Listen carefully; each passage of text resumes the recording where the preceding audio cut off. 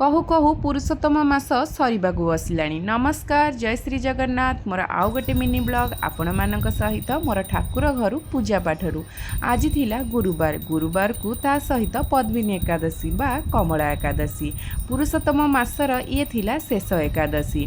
आ गुरुवार गृहिणी मानकर टिके विशेष पूजा पाठ थाए ठाकुर घरे। आउ अधिकरु अधिक समय बीती जाए ठाकुर घरे, सेईटा टाइम भी जना पड़ेनी।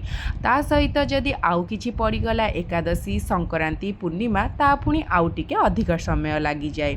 मोर तो समय बीती जाए, मु कहारी कथा किछि भी कहि परिबिनी।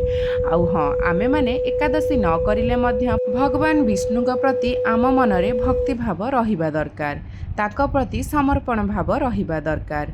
पूजा पाठ सारी मु आसी जाइथिली चौरा पूजा करिबा पई आउ दुआर पूजा करिबा पई। ता सहित आज जेहेतु एकादशी थिला आउ गुरुवार थिला, टिके स्वस्तिक भोजन खाइबाकु मन होउथिला।